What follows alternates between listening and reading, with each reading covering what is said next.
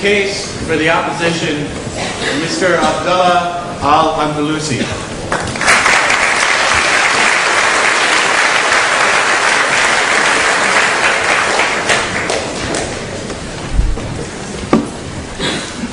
Hello, greetings. I'm your friendly neighborhood Islamist. I was a bit late coming from London today, but you know, the queue of infidels to behead was rather longer than usual. Now, I guess getting into more salient points, we've heard this very interesting discussion. I think you can break it down to this. The people that came after me who were opposing the proposition, they were viewed as, or there's an allegation, these are not true Muslims, or they represent some fringe element of Islam. Well, I'm going to be a little controversial, and if anyone has seen me on video and so on, not crime watch. But the debates I've debated secularism, atheism, I have a penchant for political philosophy, and I am a convert to Islam from Portuguese descent. One contention, you shouldn't call it Islamic Spain, there is Portugal there too. Call it the Iberian Peninsula. Damn Spanish. Anyway. Or maybe some. Anyway. Now, essentially this, I believe in the Sharia. I believe in Orthodox Islam for 1,400 years. I believe in all the elements that that is unpopular that you've seen. But I'd like to explain that there is a big misunderstanding, and I'm going to be very antisocial, but I am an Islamist after all, and I'm going to have to not take people's points, because I've got a lot of things I want to refute, and basically the organisation I was part of does a lot of debating. I'd like to make on the point that in last year, December the 10th, my organisation invited Stephen Gash for a debate on Islamification of Britain, myth or reality. He pulled out a few days before that. No, sorry. And not take a point of information. You can just afterwards. Okay. Anyway, now he said, I want to answer the point he said at the beginning. He said that the West is summed up by democracy. So whatever the people choose is correct. So if the people choose to massacre a minority of their population, let's say the Jews, then it should be correct according to the criteria of Stephen Gash. No doubt perhaps this will allow him in the future to discharge some agendas that he might have against the Muslim population, another Semitic religion, which is with the same kind of law system. In fact, virtually an identical law system to the Jewish faith. Now, also, they said that so women only got the vote 100 years ago, while in Islam, 1,400 years ago, the Prophet Muhammad requested the Pledge of Allegiance from women and men, and that's in the text. Also, the other point is Saudi Arabia is an Islamic state. Are you kidding me? It is a monarchy, and as a monarchy, everyone knows that interest banking is forbidden in Islam, but yet Saudi Arabia has interest banking. It applies the Sharia for stealing on poor people, of which Islam says, and there is strict hadith on this, that if a person is poor, you can't punish them for stealing. It is the fault of the state, they should have provided. But in Saudi Arabia, they punish all the poor people, and the rich Saudi royal family go away for free. They don't get touched. They have legal immunity. That is not Islam. The only state that you can see which would be Islamic is a caliphate. The caliphate is the Islamic model. There is no caliphate for 80 years. So we can't say which model of state is Islamic. And even the Shias believe in a caliphate state, although they have different criteria who can be that caliph. Iran is a model based on Plato's Republic, with the philosopher ruler, with Ayatollah Khomeini fancying himself as the philosopher who knows better, Wilayat al-Mutlaqah as they call it, and it also has the same structure as the British system with two houses of parliament and of course a supreme leader, although I don't think the Queen issues fatwas anymore. He said that Islam doesn't give Muslims rights. Well, I like to quote, let's deal in text. Let's not deal with what I say. And according to Stephen Gash, I'm a lying Muslim. So, I'm going to deal, yeah, there he goes. So, reminds me of that excerpt from the film Kingdom of Heaven. That's a Saracen, he lies. Anyway, the Prophet Muhammad said, in the book of Hadiths, he said that whoever oppresses a person who is under covenant, a non-Muslim, and living in Islamic state, or oppresses him, or imposes on him something more than he can afford, or humiliates him, or takes anything from him without his consent, I will oppose him on the Day of Judgment.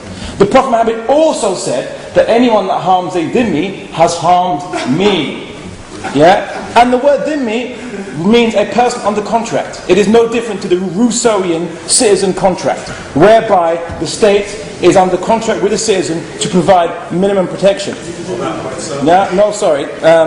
Now I'm totally happy to debate this entire subject on what the text actually says, including when the sacred months have passed, kill infidels wherever you find them. Let's quote the entire surah. The entire surah says about those polytheists who were in an alliance, or not alliance, an agreement with the Muslims for a neutral non-aggression. They broke the agreement. So what did the Quran reveal? It said, when the months are over of this agreement, when it's over, then attack these people.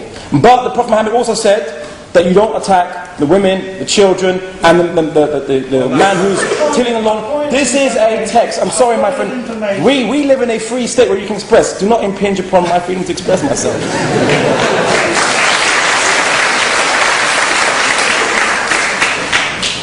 Okay.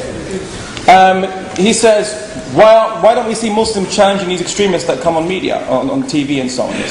We held a debate.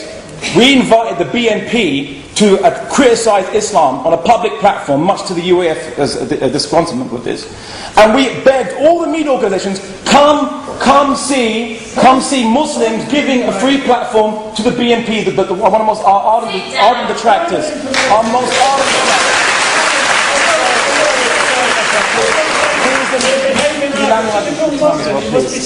Please. Please control it. Okay, I'm talking about the BNP. Yes, I'm talking about the BNP.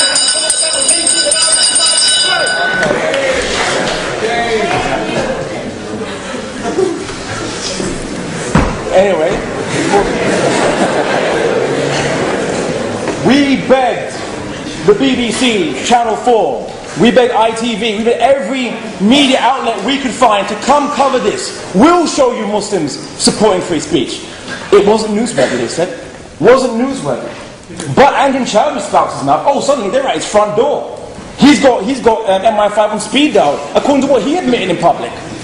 Isn't it funny? MI5 are providing him protection. Why? Because he is the darling of the media. He gives a sensationalism that makes you want to buy a newspaper, a Daily Mail or the Sun or whatever. Right? And this is the problem, that we Muslims who did our best to try to display an action showing that we support open debate, which is an Islamic concept, by the way. This was not allowed to be shown by the media, and that's why you don't see Muslims opposing Andrew Chowdhury, because the media will not show you this to you. So, Mr. Gash, I'm talking about the BNP. Are you got conscious? Yeah. All right. Excuse me, Mr. Gash. He has the floor. Please respect our rules. If not, we have to escort you out. So please, I understand. Please.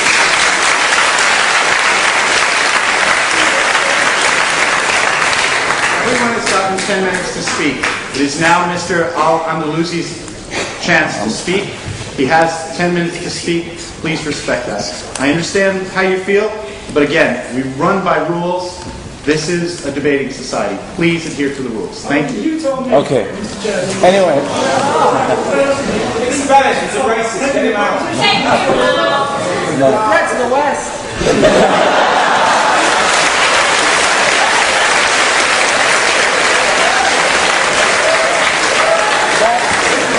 That's next week's debate. Anyway, now on to secularism.